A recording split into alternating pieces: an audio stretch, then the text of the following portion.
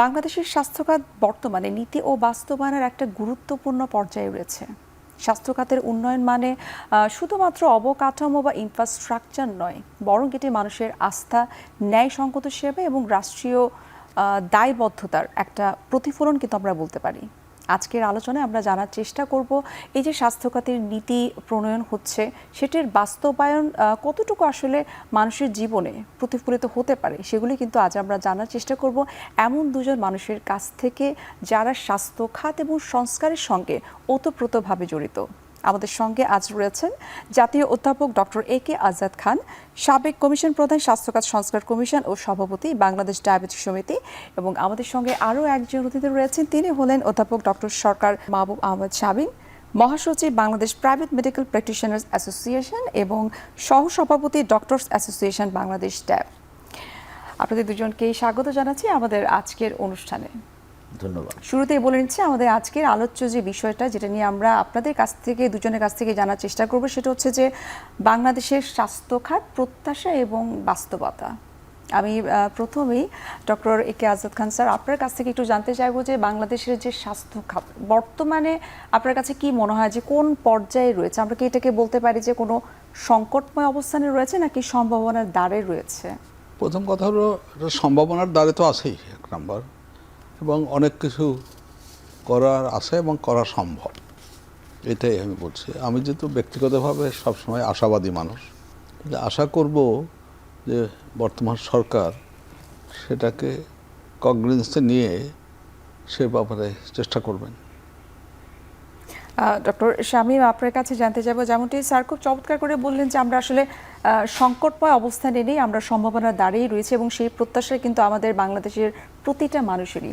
আপনি যদি আমাদেরকে বলতেন, যেমন বিগত আমলে কিন্তু আমরা দেখেছি যে বাংলাদেশের স্বাস্থ্য খাত তৈরি হয়, নীতি প্রণয়ন হয়, কিন্তু বাস্তবায়নের দিক থেকে কিন্তু আমরা অনেকটাই পিছিয়ে থাকি এবং মানুষের প্রত্যাশা কিন্তু সেই জায়গাটায় আসলে পূরণ হচ্ছে না। আপনি যদি আমাদেরকে বলতেন যে নতুন সরকারের যে স্বাস্থ্য নীতি, সেখানে আসলে কতটা সংস্কারের দরকার রয়েছে বলে আপনার কাছে মনে হয়? অনেক বড় প্রশ্ন করেছেন। যাই হোক, নতুন সরকার মাত্র নতুনই এসছে, এখনও এত নীতি টিতি করতে পারেনি। তবে আমাদের বিএনপি বা আমাদের যে নতুন প্রধানমন্ত্রী জনাব তারেক রহমান, উনি একটা 31 দফা রাষ্ট্র মেরামতের একটা রূপরেখা দিয়েছিলেন। সেখানের মধ্যে আমাদের 26 নম্বর দফাটা ছিল স্বাস্থ্য খাতকে নিয়ে। স্পষ্টভাবে উনি উল্লেখ করেছেন যে এনএইচসির আদলে, যেটা ইউকেতে আছে, তার আদলে আমাদের এখানকার স্বাস্থ্য ব্যবস্থা গড়ে তোলা হবে এবং এটা যে আমাদের ইউনিভার্সাল যে হেলথ কাভারেজ আছে তার আলোকেই আমাদের সব কিছু পরিচালিত হবে। তো এখন এগুলা করার জন্য যা যা করা দরকার, তাছাড়াও 2017 সালেও বেগম খালেদা জিয়া একটা রূপকল্প স্বাস্থ্য হিসাবে 2030 সালের জন্য একটা প্রোগ্রাম উনি ঘোষণা করেছিলেন। যাই হোক, বিএনপি এখন ক্ষমতায়, তো এখন ওনারা নিশ্চয়ই সেই আলোকে সকল ব্যবস্থা নিবে। স্যার যেটা কারেক্টলি বলেছিলেন যে আসলে ইন্টারিম গভর্নমেন্টের সময় দুটো হয়েছিল, একটা হচ্ছে এক্সপার্ট প্যানেল আর একটা হচ্ছে রিফর্ম কমিশন, দুটারই চেয়ার করেছিলেন আজাদ খান স্যার। আমরা অনেক খেটে খুঁটে আমরা অনেকগুলা প্রবলেম নিয়ে অনেক ধরনের বিশেষজ্ঞরা মিলে বসে আমরা দুটো আসলে জমা দিয়েছিলাম, এই প্রস্তাবনা জমা দিয়েছি, স্বাস্থ্য মন্ত্রণালয়ে জমা দিয়েছি। সেগুলো আছে, সেগুলা যদি একটু আমলে নেয় তাহলে অনেক কিছু বোঝা যাবে। তো আমি যেহেতু আপনি প্রশ্ন করেছেন যে আমরা সম্ভাবনার দ্বার প্রান্তে সংকটে আছি, আমি সংকট বলতে চাই না, কারণ বাংলাদেশের মানুষ সবসময় লড়াকু এবং বাংলাদেশের ডাক্তাররা খুবই জিনিয়াস, খুবই ভালো। আমাদের যে অবস্থায়, কারণ আপনি দেখেন যে ন্যাশনাল যে গত যে 10 বছরে যদি আমরা প্রবণতা দেখতে পাই যে কত পার্সেন্ট আসলে স্বাস্থ্য খাতে বরাদ্দ দেওয়া হচ্ছে, আমরা যদি দেখি 4.1 থেকে 5.5-এর মধ্যেই ঘুরপাক খাচ্ছি। ইভেন লাস্ট যে বাজেটটা দিয়েছে তাতেও 5.3% আসলে স্বাস্থ্য খাতে বরাদ্দ দেওয়া আছে। তো টোটাল বাজেট অনেক বেড়েছে, কিন্তু বাজেটের অনুপাতে কিন্তু আমাদের স্বাস্থ্য খাতের বাজেটটা বাড়েনি। একটা ইউনিভার্সাল হেলথ কাভারেজ বা বিভিন্ন জনস্বাস্থ্যবিদরা যারা বলছে, একটা স্ট্যান্ডার্ড হচ্ছে অ্যাটলিস্ট ন্যাশনাল বাজেটের 15% বরাদ্দ দিতে হবে যদি আপনি আসলে পুরো সমন্বিত একটা স্বাস্থ্য ব্যবস্থা চান। সেখানে আমাদের এখনও আপনার 5.3% আসলে বরাদ্দ আছে। আর সবচেয়ে ভয়ঙ্কর ব্যাপার হচ্ছে সেটা হচ্ছে জিডিপি, যে আমরা যেটা বলি যে জিডিপির মাত্র আমাদের এখানে 1%-এরও কম আসলে ব্যবহার করা হয়। আর জিডিপির 5% যদি হেলথে না থাকে তাহলে কোনো দিনও একটা হেলথ দাঁড়াতে পারে না। তারপরেও আমি আমাদের চিকিৎসক বা অন্যান্যদেরকে ধন্যবাদ দেব, এত অল্প বাজেটে বাংলাদেশ স্বাস্থ্য ব্যবস্থাটা অনেক অনেক সফলতা আছে, আমাদের অনেক সফলতা আছে এবং কাজ করছে। এখনও যদি আপনি হিসাব করেন তাহলে আসলে প্রায় 1500 লোকের জন্য একজন ডাক্তার। আমাদের ডাক্তার প্রোডাকশন অনেক হচ্ছে, ঠিক আছে, আরও সামনে আরও হবে, এটা নিয়ে পরবর্তীতে অন্যান্য কথা বলবো। কিন্তু আসলে আমরা যেভাবে স্বাস্থ্য ব্যবস্থাটাকে ঢেলে সাজাতে চাচ্ছি, আমাদের এক্সপার্টরা যেভাবে ভাবছে সেভাবে যদি আমরা করতে পারি তাহলে কিন্তু এই সরকার খুব ভালো কাজ করতে পারবে। কারণ যেহেতু বলেছে যে এনএইচসির আদলে ইয়ে করতে হবে, আপনার এই স্বাস্থ্য ব্যবস্থা ঢেলে সাজাতে চায়, তাহলে এটার জন্য মূল যে কাজটা, যেটা এবং আমাদের বিশেষ করে আলোচ্য, যেটা আমরা দেখেছি যে নতুন সরকার স্বাস্থ্য খাতের উপরে এবার কিন্তু বিশেষ নজর দিয়েছে। নন কমিউনিকেবল যে ডিজিজগুলো রয়েছে সেগুলোর ব্যাপারে কিন্তু অনেক গুরুত্ব দেওয়া হয়েছে যে কিভাবে আসলে আরো ইমপ্রোভাইজ করা যেতে পারে। স্বাস্থ্যই তো আসলে মূল ব্যাপার। আপনি যদি উন্নয়নের প্যারামিটার শুধু ইনফ্রাস্ট্রাকচার তো না, মানুষের স্বাস্থ্য, মন সব কিছু যদি ভালো থাকে তাহলেই তো দেশ উন্নত হচ্ছে। আমরা দেশ উন্নত হচ্ছে কিন্তু সেই সাথে আমাদের আমাদের আয়ু বাড়ছে, অনেক কিছু বাড়ছে, কিন্তু সেই সাথে আমাদের প্রপার হেলথ কেয়ারটা যদি আমরা না নেই তাহলে কিন্তু হবে না। আপনাদের খেয়াল করতে হবে, কারণ আসলে একটা ফ্যামিলিতে যদি কেউ অসুস্থ হয় তখনই বোঝা যায় আসলে আমাদের কি অবস্থা। একটা ফ্যামিলির মধ্যে যদি কেউ একজন একটা খারাপ ডিজিজে আক্রান্ত হয় তাইলেই বোঝা যায় যে আউট অফ পকেট বলে একটা কথা আছে। মিড লেভেলের মানুষের একটা ফ্যামিলির মধ্যে যদি কেউ অসুস্থ হয়ে যায়, তার চিকিৎসা করতে করতে সারা জীবনের সঞ্চয় এবং সকল কিছু কিন্তু ধ্বংস হয়ে যায়। এটাকে বলে আউট অফ পকেট। তো এইটা ভয়ঙ্কর ব্যাপার হচ্ছে বাংলাদেশে, এটাই বাংলাদেশে এখনও আউট অফ পকেট, যেই পরিমাণ টাকা আমার পকেট থেকে খরচ হচ্ছে সরকারের বাইরে, সেটা প্রায় 74%। 74% ইজ ভেরি হাই। জি, আপনি এই যে আউট অফ পকেটের কথা বলছেন, অর্থাৎ পকেট এক্সপেন্ডিচার কতটুকু আমরা কমাতে পারি সেই বিষয়গুলো নিয়ে আরেকটু বিস্তারিত আপনার কাছ থেকে জানার চেষ্টা করব। আমি স্যারের কাছ থেকে এখন একটু জানতে চাইবো যে এই যে নতুন সংস্কার হয়েছে স্বাস্থ্য খাতের ক্ষেত্রে, আপনার কাছে স্যার কি মনে হয় যে আগের যে সংস্কার যেটা ছিল, এখনকার সংস্কার কতটুকু আসলে বাস্তবিকভাবে আমাদের মধ্যে প্রতিফলিত হতে পারে? আপনার কাছে আসলে কি মনে হয়? একটু আগে যে কথাটা বললেন আমি সেটা সূত্র ধরে এটাতে আসতেছি। এক নম্বর কথা হলো যে আমাদের বাজেটের যে ফিগারগুলো প্রফেসর শামীম বললেন, আর বললেন যে আমাদের জিডিপির কত পার্সেন্ট হেলথে থাকবে। আপনি জানলে খুশি হবেন যে স্বাস্থ্যখাত সংস্কার কমিশনে যখন আমরা বসছিলাম তখন সব পলিটিক্যাল পার্টি যারা তখন ভ্যালিড যারা আসছে তারা সবাই প্রমিস করছে কিন্তু 5% of the GDP. In fact BNP representative যারা আসছিলেন তারা কিন্তু একটা সময় তাদের সেন্ট্রাল কমিটিতে আলাপ করে তারপর আসছেন, 5% প্রমিস করেছেন। না, দ্বিতীয় কথাটা আমি যেটা বলবো সেটা হলো ওই 5% বললেও এই মুহূর্তে 5% দিতে পারবে তা মনে হয় না, কিন্তু স্টেপ বাই স্টেপ দিতে পারা সদিচ্ছা থাকলে দিতে পারবে।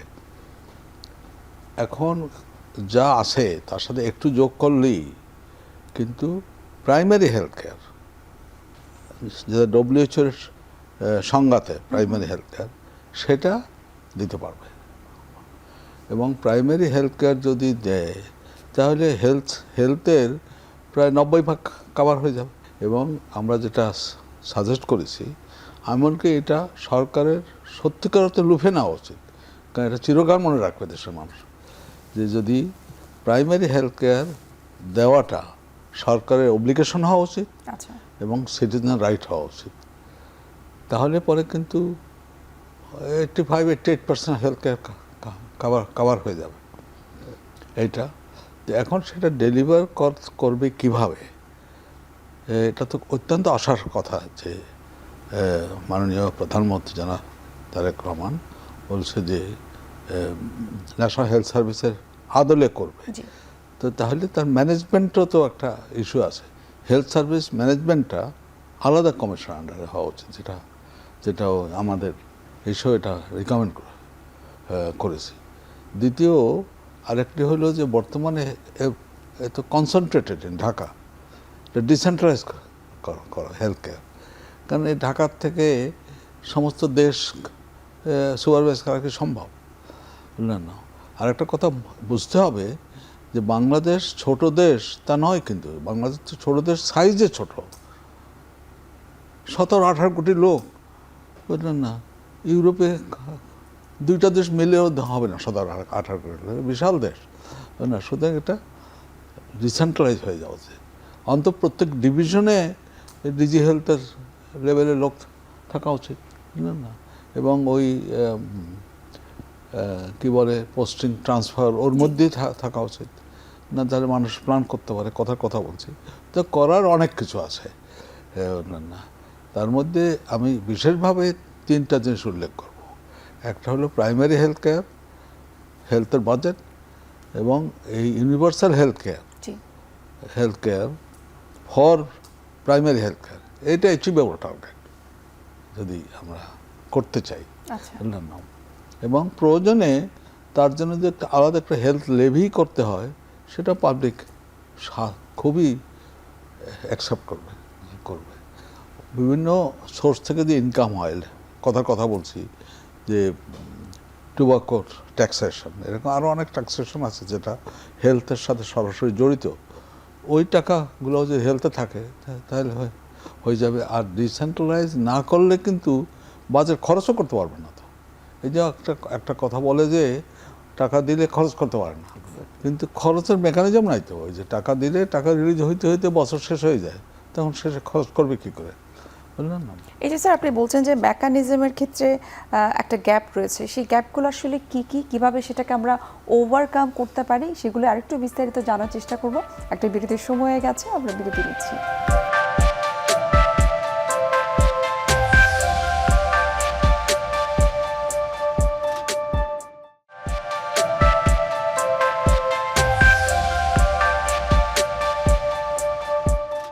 দর্শক, ফিরে আসলাম বিরতি থেকে। আপনাদেরকে অসংখ্য ধন্যবাদ আমাদের সঙ্গে থাকার জন্য।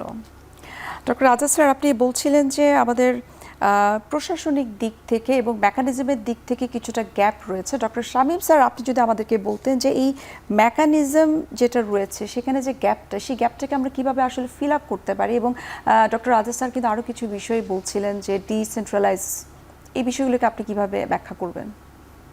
আসলে আমরা যখন এটাও একটা খুব কারেক্টলি স্যার পয়েন্ট আউট করেছে, কারণ একই আমাদের বাজেট ছোট, বাজেট কম হচ্ছে, তার মধ্যে বাজেটটা ঠিকমতো আমরা প্রপার জায়গায় ব্যবহার করতে পারছি না। তো এখন সব কিছুতে আমাদের ডাক্তারদেরকে দোষ দেওয়ার একটা প্রবণতা আছে, কারণ ডাক্তাররা তো আসলে এই প্রশাসনিক জায়গার মধ্যে কম রোল প্লে করে। তো ডাক্তাররা যেখানের মধ্যে এখন দেখছি একটা খুব ট্রেন্ড চালু হয়েছে, কি ট্রেন্ড, বিভিন্ন নির্বাচিত প্রতিনিধিরা যে একদম সহজ টার্গেট, যে ডাক্তার উপজেলা হেলথ কমপ্লেক্সে বা এখানে যাচ্ছেন, গিয়ে বাথরুম পরিষ্কার না কেন এটার জন্য ডাক্তারকে দায়ী করছেন, যে কোনো কিছুর জন্য ডাক্তারকে দায়ী করছেন। ডাক্তাররা তো আসলে এগুলা করার জন্য অন্য ম্যানেজমেন্ট আছে, ডাক্তাররা চিকিৎসা দেবে, তাই না? তো ডাক্তাররাই কিন্তু এটার জন্য সম্পূর্ণ দায়ী না, যেটা বলেছে একটা প্রশাসনিক বিষয়। হ্যাঁ, এই ব্যাপারে কিন্তু আমরা ঠিকমতো কথা বলছি না, কারণ আপনারা যে বিভিন্ন বাজেট আমরা প্রণয়ন করি, যেখানে যাওয়া দরকার আসলে সেটা প্রপারভাবে যাওয়া হয় না। এখানে দুর্নীতির বিষয় আছে, তারপরে হচ্ছে ঠিকমতো খরচ করতে না পারার এবিলিটিও আছে, যে বছরে টাকাটা আসলো, টাকাটা ছাড় পেতে পেতে বছর শেষ হয়ে গেল, এই আমলাতান্ত্রিক জটিলতার জন্য ডাক্তাররা দায়ী না, বা স্বাস্থ্য সেবার সাথে যারা তারা দায়ী না। শেষ মুহূর্তে টাকাটা রিলিজ হওয়ার পরে খরচ করার সময় নাই, পরে টাকাটা আবার ফেরত যায়। তাহলে একে তো বাজেট কম, বাজেট রিলিজ হচ্ছে দেরিতে, প্রপার জায়গায় যাচ্ছে না। এটাই বলছিল স্যার যে একটা ডিসেন্ট্রালাইজ করতে পারলে আমাদের জন্য ভালো হতো। আর আমরা যেহেতু আমাদের এবারের যে ভিশন, আমাদের প্রধানমন্ত্রীর যে ভিশন, সেটাকে যদি আমরা দেখি, আমরা যেটা স্যার বলেছে যে এতগুলো মানে প্রস্তাব সব দেয়া আছে, অনেক খেটে খুঁটে, কিন্তু অনেক প্রবীণ এবং অনেক অভিজ্ঞ এবং অনেক লার্নের লোকেরা এখানের মধ্যে ইয়ে করেছে। আপনি জানেন যে কোনো কিছু বাস্তবায়ন করতে গেলে রাজনৈতিক হস্তক্ষেপ লাগে, রাজনৈতিক ইয়ে লাগে। হার্ভার্ডের একটা মানে যে একটা হার্ভার্ড ইউনিভার্সিটির একটা যে হেলথ রিফর্মের উপরে যে আর্টিকেল আছে, তার মধ্যে একটা অন্যতম যে একটা পয়েন্টই আছে যে এখানের মধ্যে রাজনৈতিক সম্পৃক্ততা থাকতে হবে। একমাত্র রাজনৈতিক ডিসিশন এবং প্রপার না হলে কিন্তু এই জন্য জিনিসগুলো করা যাবে না। যেটা বলছিলাম, যেহেতু মানে আমাদের গভর্নমেন্ট চিন্তা করছে এনএইচসির আদলে গড়ে তুলবে, তাহলে কিন্তু পুরোটাই কিন্তু আমাদের চেঞ্জ করে ফেলতে হবে। তার মানে হচ্ছে কোত্থেকে স্টার্ট করবে? আমাদের যে স্টার্টে এখন এমন একটা অবস্থা আছে, আমাদের ইউনিয়ন সাব সেন্টার আছে, তার আন্ডারে কিছু কমিউনিটি ক্লিনিক আছে, আবার ইউনিয়ন সাব সেন্টারের সাথে সাথে অল্প কিছু 200-র মতো আরবান ক্লিনিক আছে বাংলাদেশে। আরবান ক্লিনিকের মধ্যে ঢাকা সিটি কর্পোরেশন, না সরি ভুল বলেছি, 65 আছে। ঢাকাতেই বোধহয় 65-এর মতো আছে, চিটংয়ে আছে এরকম 35-এর মতো, অন্য জায়গায় 4-5টা আছে। আর অন্যান্য জায়গায় ইউনিয়ন সাব সেন্টার আছে, আর একটা কমিউনিটি ক্লিনিক বলে একটা কনসেপ্ট আছে, সেটাতে মানুষজন জায়গা জমি দান করতো, সেই অনুযায়ী একটা কমিটি করে দিত, সেখানের মধ্যে গিয়ে গভর্নমেন্ট স্ট্রাকচার তৈরি করে দিত, সেটা দিয়ে একদম লোয়ার লেভেলে। তার উপরে আমরা উপজেলা হেলথ কমপ্লেক্স, তার উপরে ডিস্ট্রিক্ট হসপিটাল, তারপরে মেডিকেল কলেজ, এইগুলো এক একভাবে এই সেবাগুলোকে ইয়ে করা হয়েছে।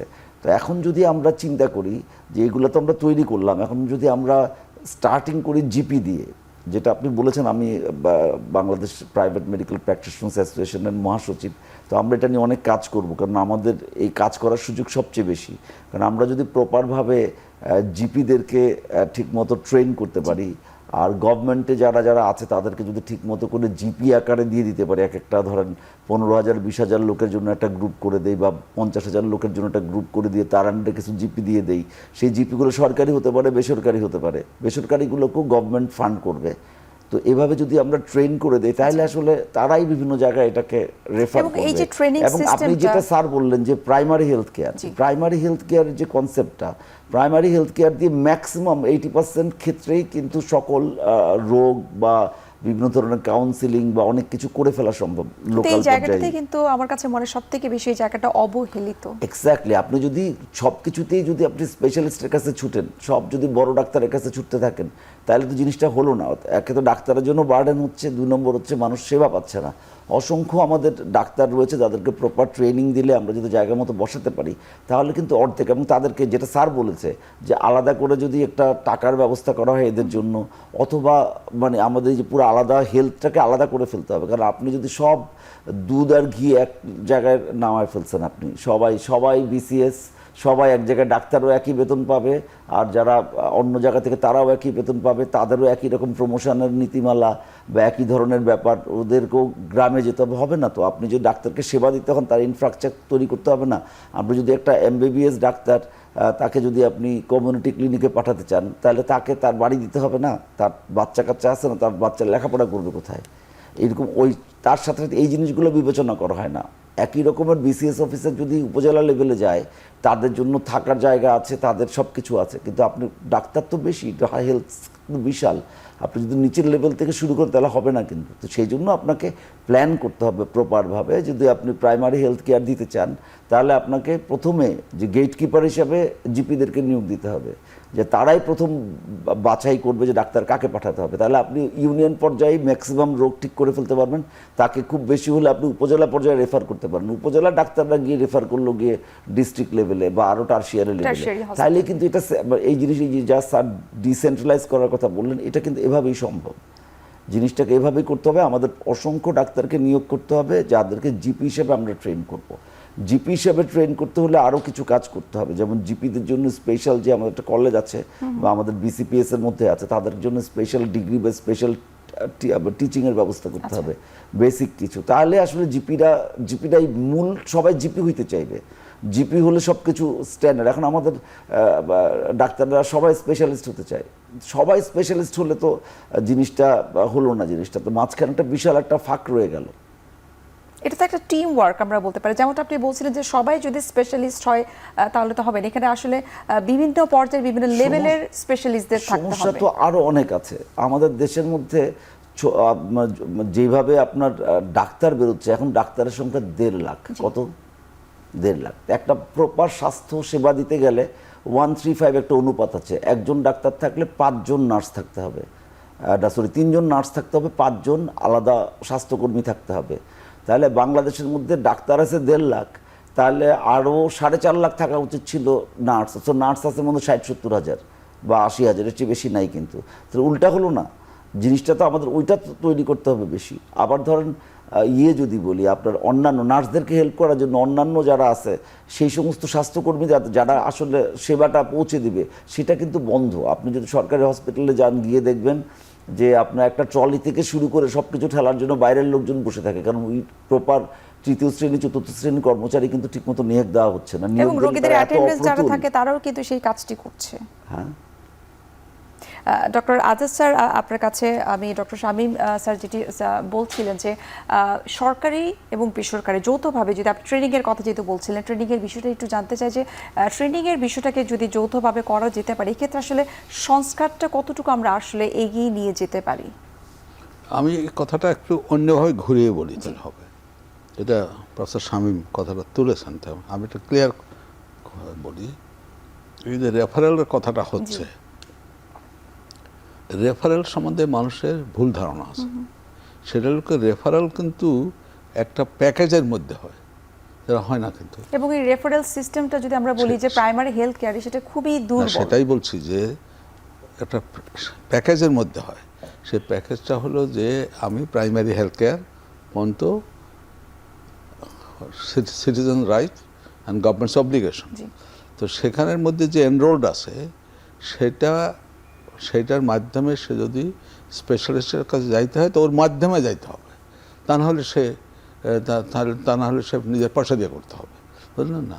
ধরেন ইউকেতেই তো যেখানে ন্যাশনাল হেলথ সার্ভিস আছে সেখানে মানুষ পয়সা দিয়ে তো দেখায় তো, কিন্তু সেটা ওই জিপির মাধ্যমে যায় না, সে পয়সা খরচা করে যায়, বুঝলেন না? আমি মনে করি আর একটা জিনিসের এখানে আনা প্রয়োজন, যে এই যে কথা শামীম একটু টাচ করেছে, যে ডাক্তারদের তো বলা হয় যে ডাক্তাররা রিমোট এরিয়া যাইতে চায় না, তাই না? তো প্রথম কথা, রিমোট এরিয়ায় যাইতে চাবে, ধরেন একজন টপ সিভিল সার্ভেন্ট, সে তার ছেলেকে রিমোট এরিয়ায় পাঠাইতে রাজি হবে? যাবে না তো। কারণ রিমোট এরিয়ায় যদি তাকে যাইতে হয় তাহলে পর তারও তো ছেলে পেলে মানুষ করতে হয়, তার থাকার জায়গা দরকার, সেটা ইউনিফর্ম ডেভেলপমেন্ট না হলে হবে না তো। আর একটা হলো যে হেলথ কেয়ারটা কিন্তু এখন সম্পূর্ণ ডিজিটাল হয়ে যাবে। ইনফ্যাক্ট যে ডাক্তারের সার্ভিসটা রিমোট এরিয়াতে নিতে এখন তাকে ফিজিক্যালি যাওয়ারও প্রয়োজনীয়তা কমে গেছে, অনলাইনে নিয়ে যাওয়া যায়, যেটা স্বামী বিশেষ করে বলেছে, ট্রেন নার্স হয়ে যাবে যদি অনলাইনে সেবাটা নিয়ে যাওয়া হয়। ইনফ্যাক্ট অনলাইনে যে সেবাটা এখন নিয়ে যাচ্ছে ইউরোপে, বিশেষ করে ইউকেতে বা ইউরোপে যেখানে ন্যাশনাল হেলথ সার্ভিস আছে সেখানে কিন্তু সরকার ওই যে জিপিদের স্পেশাল ট্রেন করে দিচ্ছে। এবং এটাও কিন্তু আমাদের জানা দরকার, সেটা হলো পৃথিবীব্যাপী টার্সিয়ারি হেলথ কেয়ার রিকোয়ারমেন্ট কমে গেছে না। এটা দেখুন বোঝার সোজা, যে একজন লোকের যদি চোখের অপারেশন করে, আইওএল করে, আগে চোখের অপারেশন করতে গেলে 7 দিন তো হাসপাতাল থাকা লাগতো, এখন হাসপাতালে ভর্তিই লাগে না। একটা গলব্লাডার অপারেশন যদি করে সকালে করে বিকাল বাড়ি চলে যেতে পারে, তাই না? সুতরাং একমাত্র যদি কাউকে আন্ডার জিএ ইন্টারভেনশন করতে না হয় অথবা ইন্টেনসিভ কেয়ার না লাগে, তাহলে হাসপাতালে ভর্তি করার প্রয়োজন নাই তো। সুতরাং আমাদের এই যে হেলথ কেয়ারের যে ট্রান্সফরমেশন হচ্ছে সে ব্যাপারে আমাদের অকেভাল হইতে হবে এবং মানুষকেও ট্রেন করতে হবে, যারা সার্ভিস দিচ্ছে সবাইকে ট্রেন করতে হবে। তাহলে পরে আমরা এই টাকা যা আছে সেটা অল্প একটু বাড়াইলে আমরা অনেক কিছু অ্যাচিভ করতে পারবো। এবং ধরুন আমি একটা কথা বলছি, আমি আশা করি কেউ এটা অফেন্স নেবে না।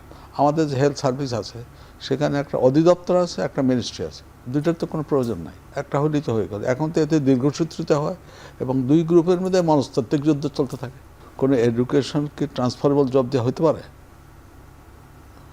সেটা একটা ডিপার্টমেন্ট বিল্ড হবে, তার যে ওখানে সেন্স অফ বিলঙ্গিং নাহলে তো হবেই না তো, বুঝলেন না? তো সেখানে লোককে ট্রান্সফারেবল হলে কী করে হবে? সেখানে তো আইডিয়ালি ধরেন একটা মেডিকেল কলেজের প্রফেসর, সে ওই মেডিকেলের জন্যই অ্যাপয়েন্টেড হবে, ট্রান্সফার হবে না। সে যদি চুরি করে তো ফায়ার করে দেবে তাকে, ট্রান্সফার করার তো সলিউশন না। এগুলো একটা। আবার দ্বিতীয় হলো যে আইডিয়ালি তো তার হইতে হবে যে সে ফুল টাইমার হইতে হবে। তো ফুল টাইম হলে আপনি যদি কোয়ালিফাইড ডক্টরকে ফুল টাইম করে তাকে সাফিসিয়েন্ট ইভ্যালুয়েট না দিলে তো সে করবে না তো, বুঝলেন না? সুতরাং এটা ফান্ডামেন্টালি চিন্তা করতে হবে, করলে কিন্তু অনেক করা যায়। আমাদের হেলথ সার্ভিস কমিশন কিন্তু রিকমেন্ড করছে যে হেলথের যে ম্যানেজমেন্ট এটা একটা আলাদা কমিশনের আন্ডার আসা, যেরকম জুডিশিয়ারি হলো আলাদা হয়ে গেছে। আলাদা হয়ে গেছে। আলাদা কমিশন আন্ডারে হওয়া উচিত, তাই না? তাহলে গতিশীলতা আসবে এবং এগুলো সবই এখন এটা হয়ে গেছে স্পেশালাইজড যুগ হয়ে গেছে। এখানে স্পেশালিটি কিন্তু খালি যে কি বলে আমি গ্যাস্ট্রন্টোতে ওইটাই এখন স্পেশালিটি না, মেডিকেল অ্যাডমিনিস্ট্রেশন ওটাও স্পেশালাইজড হয়ে গেছে, বুঝলেন না? সুতরাং শুরু থেকেই মানুষ কোথায় কি কেরিয়ার করবে সেইভাবে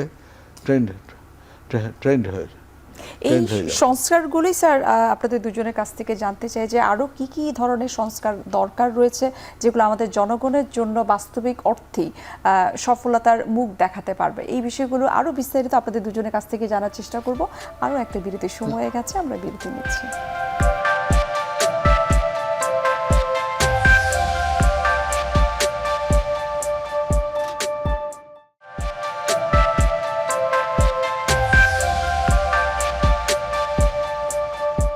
দর্শক, ফিরে আসলাম বিরতি থেকে। আপনাদেরকে অসংখ্য ধন্যবাদ আমাদের সঙ্গে থাকার জন্য। ডক্টর আতা স্যার, আপনি বলছিলেন যে প্রশাসনিক পরিবর্তনটা অনেক বেশি দরকার। না, ওইটা তো আমি প্রথমত একটাই বললাম যে অধিদপ্তর আর মিনিস্ট্রি দুইটা থাকার তো কোনো প্রয়োজনই নাই।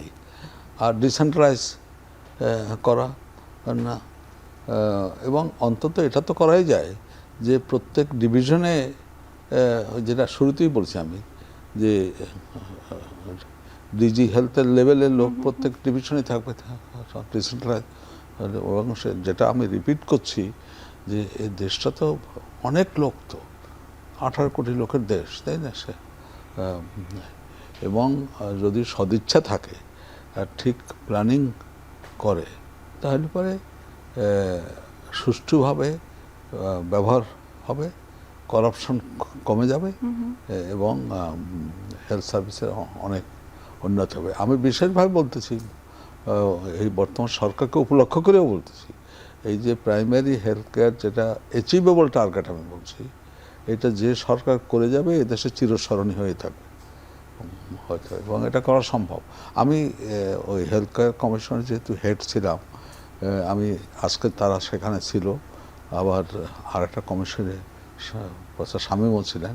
আমি এটা বলছি, তারা সবাই কিন্তু অনেক খেটেছে, অনেক লেখাপড়া করছে এটাতে, এবং আমরা বহু আলোচনা করেছি যে এমন কিছু সাজেশন দেব না যেটা অ্যাচিভেবল না, বুঝলেন না? যেমন এমন সাজেশন দেব না যে এই বাজেটে আমি সম্পূর্ণ ইউনিভার্সাল হেলথ কেয়ার করতে পারি, এই বাজেটে তা সম্ভব না। অর্থাৎ এক্ষেত্রে বিনিয়োগটা বাড়ানোটাও তো অনেক বেশি গুরুত্বপূর্ণ। আমরা যেটা বলছিলাম, স্যার যেটা বলছে, কারণ আমরা কিন্তু এভাবেও সাজেশন দিয়েছি, short term, mid term, long term, যে শর্ট টার্মের মধ্যে কি অ্যাচিভ করা যায়, মিড টার্মে কি অ্যাচিভ করা যায়, লং টার্মে কি অ্যাচিভ করা যায়। তো এগুলো কিন্তু সব কিছু সাজেশন আকারে বা প্রস্তাব আকারে কিন্তু জমা আছে। তো ওগুলাকে নিয়ে একটু কাজ করলে আমার মনে হয় বেশ ভালো ফল আসবে। আচ্ছা, এই জায়গাটা আমার একটু প্রশ্ন হচ্ছে যে যেমন এর আগেও কিন্তু আমরা দেখেছি যে অনেক ধরনের প্রস্তাব দেওয়া হয়, সুপারিশ করা হয়, কিন্তু এই যে বাস্তবায়নের বিষয়টাই কিন্তু বারবার চলে আসে। আপনার কাছ থেকে একটু জানতে চাইবো যে আসলে প্রত্যাশার জায়গাটুকু কতটুকু আসলে পূরণ করা সম্ভব হবে? প্রত্যাশা বিশাল, কারণ এটা নিয়ে অনেক যোগ্য লোকজন কাজ করেছে। আর যারা এখন গভর্নমেন্টে আছে, বিশেষ করে আমাদের প্রধানমন্ত্রী, উনি খুবই ডাইনামিক, এবং প্রধানমন্ত্রীর যে সহধর্মিণী উনি একজন ডাক্তার, এবং যেহেতু উনি একজন ডাক্তার, ওনার এই ব্যাপারে অনেক নজর রয়েছে।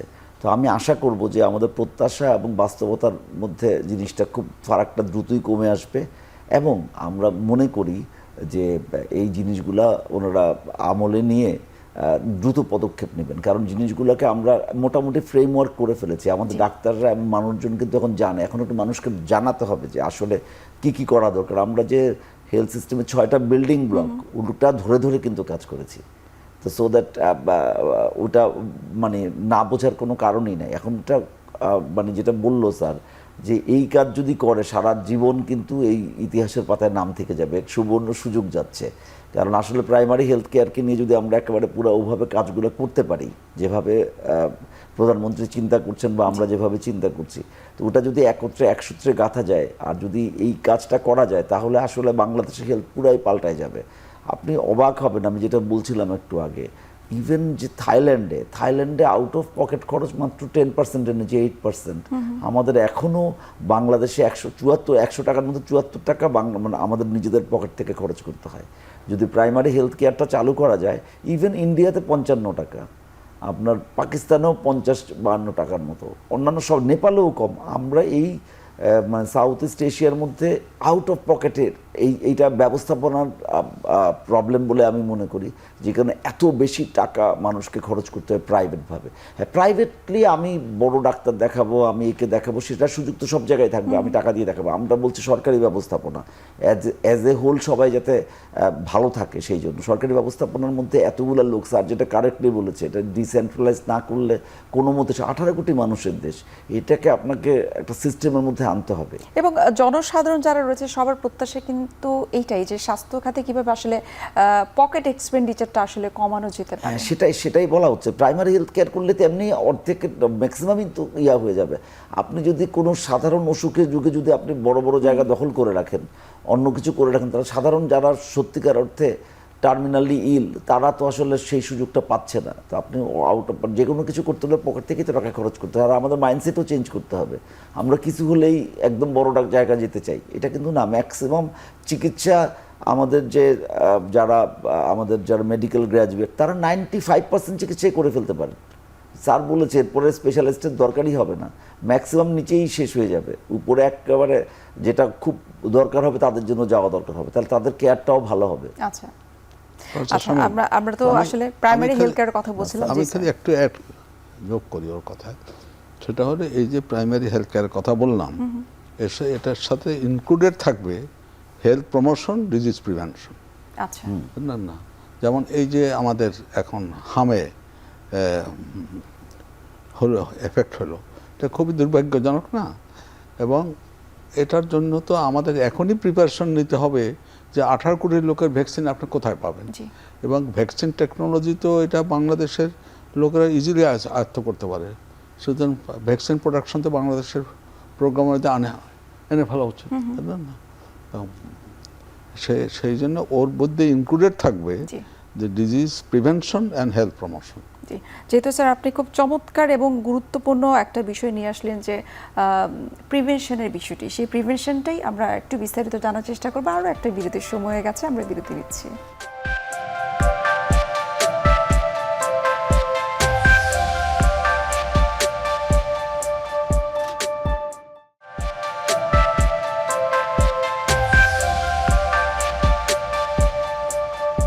দর্শক, ফিরে আসলাম বিরতি থেকে। আপনাদেরকে অসংখ্য ধন্যবাদ আমাদের সঙ্গে থাকার জন্য। স্যার, আপনি প্রিভেনশনের কথা বলছিলেন। আমি ডক্টর শামীম স্যার আপনার কাছ থেকে একটু জানতে চাইবো যে বাংলাদেশের প্রেক্ষাপটে যদি আমরা চিন্তা করি যে রোগের সংখ্যা কিন্তু দিন দিন বৃদ্ধি পাচ্ছে, রোগীদের সংখ্যাটা দিন দিন বৃদ্ধি পাচ্ছে। স্যার হামের উদাহরণ দিলেন যে প্রপারলি কিন্তু টিকার যে কাভারেজটা, টিকাদান কর্মসূচি, সেটার কাভারেজ কিন্তু প্রপারলি হয়নি। এই বিষয়ে আপনার মতামত কি? এবং আরেকটা বিষয় আমি যুক্ত করতে চাই, আপনি বলছিলেন যে দেশের উন্নয়নের ক্ষেত্রে, সেটা স্বাস্থ্য খাত হোক বা যে কোনো খাত হোক, রাজনৈতিক দলের ভূমিকাটা এক্ষেত্রে কিন্তু অনেক বেশি গুরুত্বপূর্ণ। সুতরাং স্বাস্থ্য খাতের ক্ষেত্রে আমরা যদি সংস্কারের বিষয়টা বলি, প্রশাসনিক সংস্কারের পাশাপাশি রাজনৈতিক সদিচ্ছাটা আসলে কতটুকু এখানে ভূমিকা পালন করতে পারে? আমি আপনাকে অলরেডি বলেছি যে কোনো কিছু ধরনের বড় ধরনের সংস্কার করি আর যাই করি, সেটা রাজনৈতিক দল ছাড়া বা রাজনৈতিক মানে সিদ্ধান্ত ছাড়া হবে না। রাজনৈতিক সিদ্ধান্ত ম্যান্ডেট প্রাপ্ত দলই করতে পারে। আমরা 1000টা সংস্কার করি, যদি আমরা ম্যান্ডেট প্রাপ্ত না হয়, আমরা কিন্তু এগুলো অত বড় সংস্কার করতে পারবো না। এখন গভর্নমেন্টের ম্যান্ডেট আছে, গভর্নমেন্টের পাবলিক সাপোর্ট আছে, এটা যদি ঠিকমতো আগায় নিয়ে যায়, রাজনৈতিক সদিচ্ছা ছাড়া এত বড় সংস্কার করা অসম্ভব ব্যাপার। আপনি যত সংস্কারই করেন না কেন, মানুষের স্বাস্থ্য ভালো রাখার সংস্কারটা করাটা খুব জরুরি। এবং এটা এটা এটা আমার ধারণা বর্তমান সরকারের মাথায় ভালোভাবেই আছে। তারা এটা নিয়ে চিন্তা ভাবনা করছেন এবং আশা করি যেভাবে চিন্তা করেছেন সেটা অনেকটুকু এগিয়ে যাবে। এবং প্রাইমারি হেলথ কেয়ার আমি 3বার বললাম, এই কারণে যে এটাকেই প্রথম গুরুত্ব দিতে হবে। যে আমরা যে এত মেডিকেল কলেজ তৈরি করেছি, তো সেটার সাথে সাথে এই অনেক বেশি, কারণ আমাদের এখন যেমন 1.5 লাখ ডাক্তার, আরও 1.5 লাখ ডাক্তার আসছে আগামী 10 বছরে। তো অনেক ডাক্তার আছে, এদেরকে আমাদেরকে প্রপারলি কাজে লাগাতে হবে। এদেরকে যেমন দেশের কাজে লাগানো যেতে পারে, ঠিক তেমনিভাবে প্রপারভাবে তৈরি করে বিদেশেও রপ্তানি করা যেতে পারে। সুতরাং হেলথের যে এতগুলো মেডিকেল কলেজ, এটার সাথে সাপোর্টিভ সিস্টেম যেগুলো আছে, যেমন নার্সিং কলেজ, টেকনিক্যাল কলেজ, এগুলাকে অনেক বেশি গুরুত্ব দিতে হবে। এই যে স্যার আপনি বলছেন যে ডাক্তারের সংখ্যা অনেক, কিন্তু তারপরে কিন্তু জনসাধারণের একটা কমপ্লেন কিন্তু থাকে যে রোগীদের সংখ্যা অনুযায়ী ডাক্তারের সংখ্যা অনেক কম। ব্যাপারটা এভাবে বলে নেই, ডাক্তারের সংখ্যা এখনো আমাদের যত রোগী 18 কোটি মানুষ, তো সেই তুলনায় এখনো কম।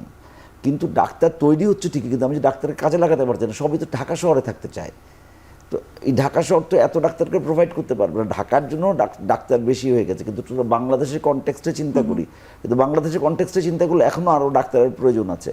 তো সেই ডাক্তার যদি আমরা পাঠাতে পারি ট্রেন করে জায়গা মতো, তো আমি তো ডাক্তারকে বানালেই হবে না, তো তাদেরকে তো প্রোভাইড করতে হবে, তাদেরকে কাজ করার জায়গা দিতে হবে, তাদের যন্ত্রপাতি দিতে হবে, ওষুধপত্র দিতে হবে, ডায়াগনস্টিক ফ্যাসিলিটিস দিতে হবে। আমাদের যে স্ট্যান্ডার্ড প্রোগ্রামগুলো আছে এগুলো কিন্তু অলরেডি সব ডকুমেন্টেড, যে সব জায়গায় কিন্তু খুব সুন্দর সুন্দর কথা লেখা আছে।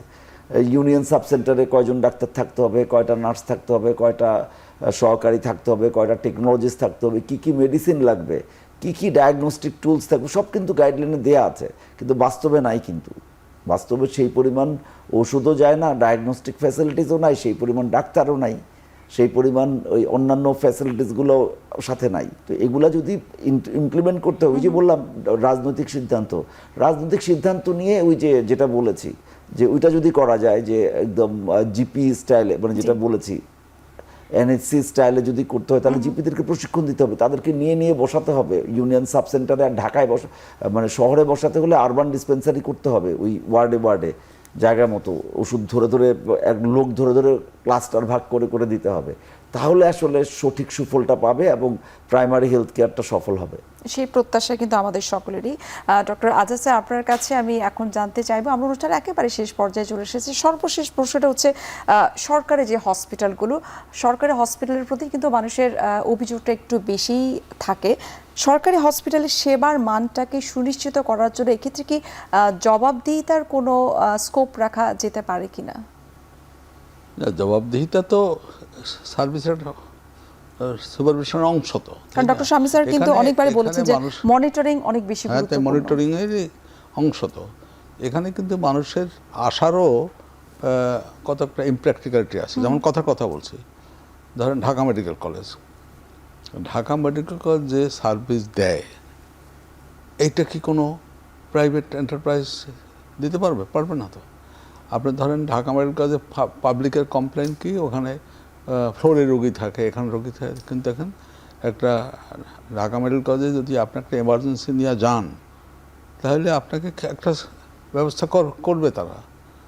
শুধু যে সীমাবদ্ধতার মধ্যে তারা সার্ভিস দিচ্ছে, সেটা যদিও ইমপ্রুভ করার স্কোপ তো আছেই, তাই না? সুতরাং আমাদের সেইটা, আর ওই যেটা আমি বললাম শুরুতেই, স্বামীও বলছে যে আপনি যে এই যে সুপারভিশন, ডিসেন্ট্রালাইজ করে সুপারভিশন ইমপ্রুভ করবে, এটা হচ্ছে ক্রুশিয়াল ফ্যাক্টর। জি, আমরা অনুষ্ঠানের একেবারে শেষ পর্যায়ে চলে এসেছি। আপনাদের দুজনকে অসংখ্য ধন্যবাদ। আমরা আমাদের এই আলোচনায় কিন্তু একটাই বিষয় কিন্তু দুজনের কাছ থেকে আমরা জানতে পেরেছি যে আসলে প্রাইমারি হেলথ কেয়ারটাকে যদি আমরা ইমপ্রুভ করতে পারি, তাহলে এই যে স্বাস্থ্য সেবার বিষয়টা, সেটাকে আমরা অনেক দূর এগিয়ে নিয়ে যেতে পারবো। সে প্রত্যাশায় কিন্তু আমাদের সকলেরই। আপনারা দুজনকে অসংখ্য ধন্যবাদ, এত ব্যস্ততার মাঝে আমাদেরকে সময় দিয়েছেন। আমাদের ডাকার জন্য ধন্যবাদ। অনেক খুশি হয়েছি এখানে আসতে পেরে। সুপ্রিয় দর্শক, এতক্ষণ আপনারা দেখছিলেন এখন টিভি নিয়মিত আয়োজন আরোগ্য নিকেতন। আজ আমরা এখানেই শেষ করছি, দেখা হবে আবারও আপনাদের সঙ্গে। সে পর্যন্ত আপনারা সবাই ভালো থাকুন, সুস্থ থাকুন। আল্লাহ হাফিজ।